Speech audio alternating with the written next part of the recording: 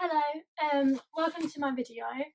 Um, I've decided I want to start filming a few videos just to kind of help those that are struggling with this isolation period and the social distancing. I know I'm really struggling with it. These people will realise that they're not alone.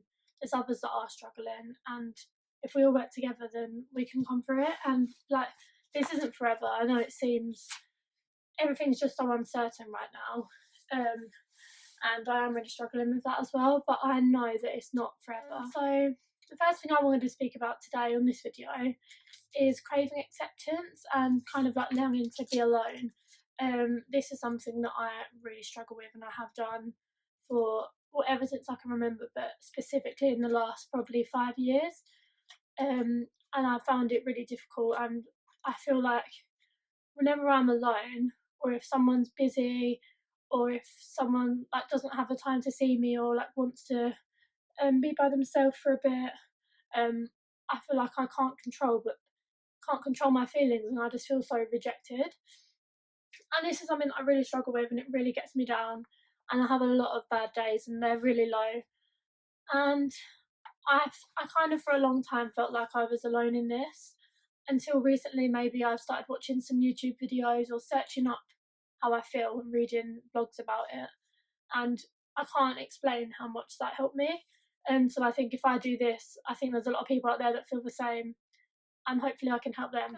I think the first red flag that kind of signifies why I feel the way I feel and doesn't help is I have really bad anxiety about how people perceive me. So obviously everyone wants to be liked, and I think that's just a natural human instinct. Like, you obviously want people to like you and think you're a good person. I think mine kind of goes to the extreme, and I live so, I don't know, just so on the edge of, that people might have a negative opinion of me or might think I'm something I'm not. And I feel like I try so hard sometimes, that it kind of does wear me out, and I do really care about what people think about me, but not to the normal extent. I think it comes as a surprise to a lot of people that know me, because I think the typical perception of someone that worries about what people think would be someone who maybe doesn't go out or has quite bad social anxiety, which is obviously quite a big symptom of that. I think the reason people will be surprised at me having this problem with acceptance and people's opinions on me is because I don't have social anxiety. I I think when I'm in a crowd or when I'm around people that I'm comfortable with, especially, I'm really confident and I'm quite loud. So I think that's why people may. I think sometimes when I speak on my social media about how I feel with my mental health, I think I can imagine a lot of people must read it or see it and think, I don't really understand how she's like that, when I see her, she is so loud and so bubbly. Um, I think the reason I do come across like that is because I really want people to love me. And so I think rather than go one way, which is kind of isolating yourself, pardon the pun, isolating yourself and not wanting to socially interact because you're worried, I kind of do the opposite, and I have to be around people. Otherwise, that is one of my main issues with my mental health. So I think when I'm around these people, I just want to give out the best possible example of myself that I can. So next, I think another kind of example of how I act because of these feelings is being a bit over caring. And I feel like that might sound a bit silly to people, because how can you care too much? But I think I care sometimes to the point, I care about things that people don't need me to care about, maybe. And I care to the point where, say someone doesn't need me to do something for them at all, doesn't give me any signs that they need me to do it or want me to do it or that they even need it done, I think I will go out of my way to do things so unnecessarily that, and yeah, they'll appreciate it when I do it.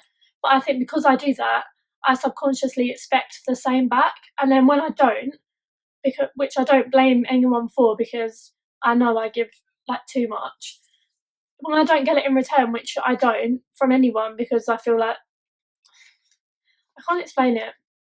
When I give too much, even though I don't consciously expect it back, I think it does hit.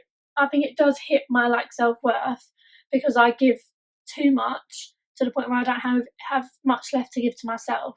So then I kind of rely on others to give me it back so that I actually have something for me, um, which obviously isn't. It's not going to happen, and that shouldn't be the case. I should care for myself just as much as I do for other people, so that I can balance out the amount of care that I have left. I don't know if that makes sense, but I'm just trying to phrase it because I'm trying to explain the fact that people will give me as much care as possible and all the attention that I need, but because I focus so much on everyone else and not on myself, I have nothing left. So I really crave attention from other people. I have to be around other people all the time to feel happy.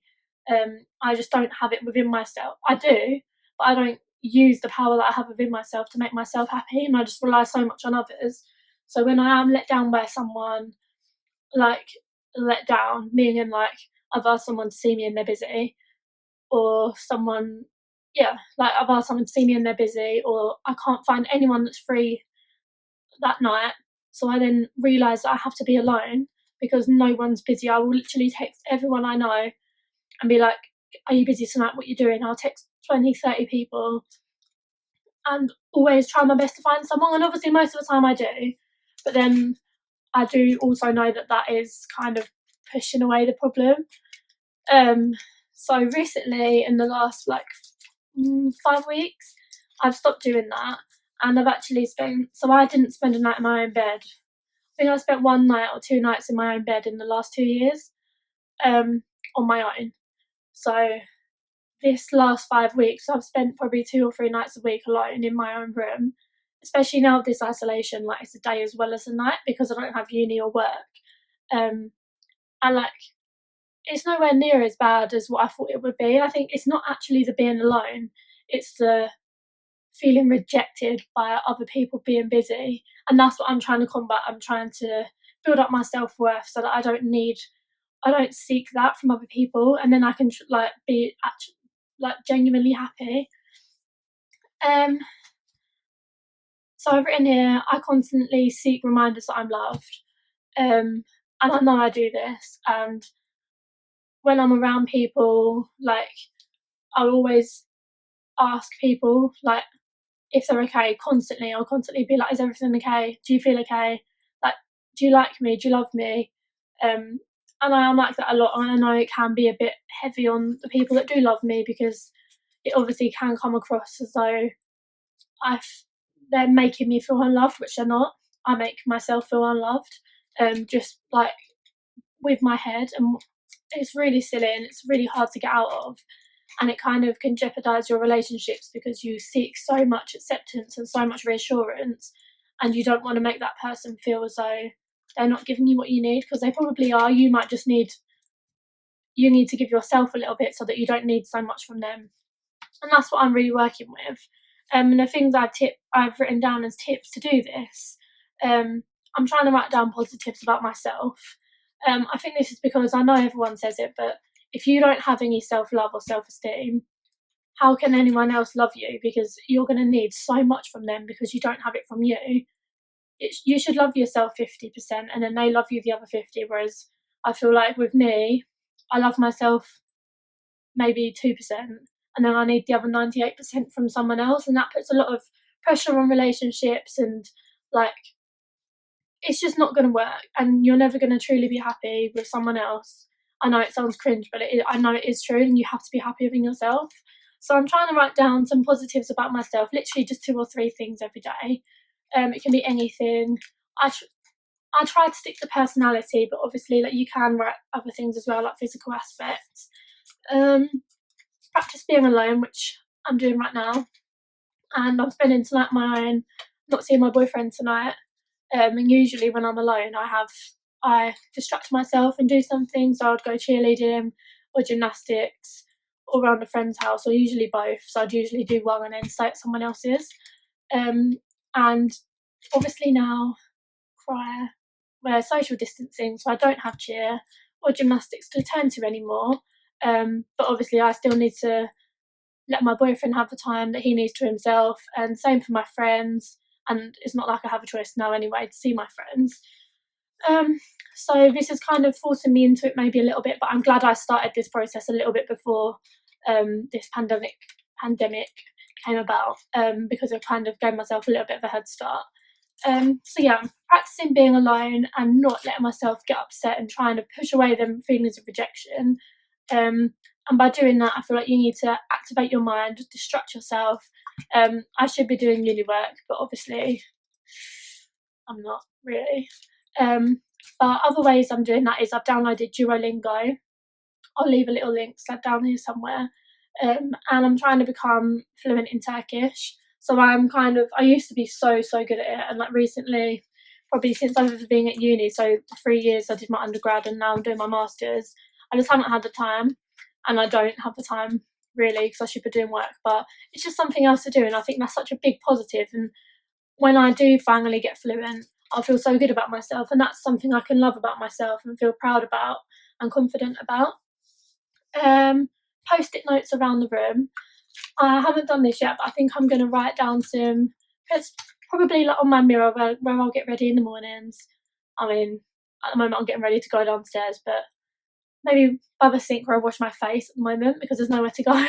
And so I'm going to put some post-it notes, just giving myself some positive compliments, things that I know my friends would say to me. I might even ask my friends if they can send me a few things that they love about me so I can like quote it and write it down. Because then it's not just you saying it for nothing and just making up these things that you don't believe. It's actually a compliment that someone's giving you. So I'm going to do that. That's a very good idea I've just had. So maybe text 5 of your friends and say, can you tell me 3 things you love about me? That's 15 things you've got already that you can write down, stick around your room.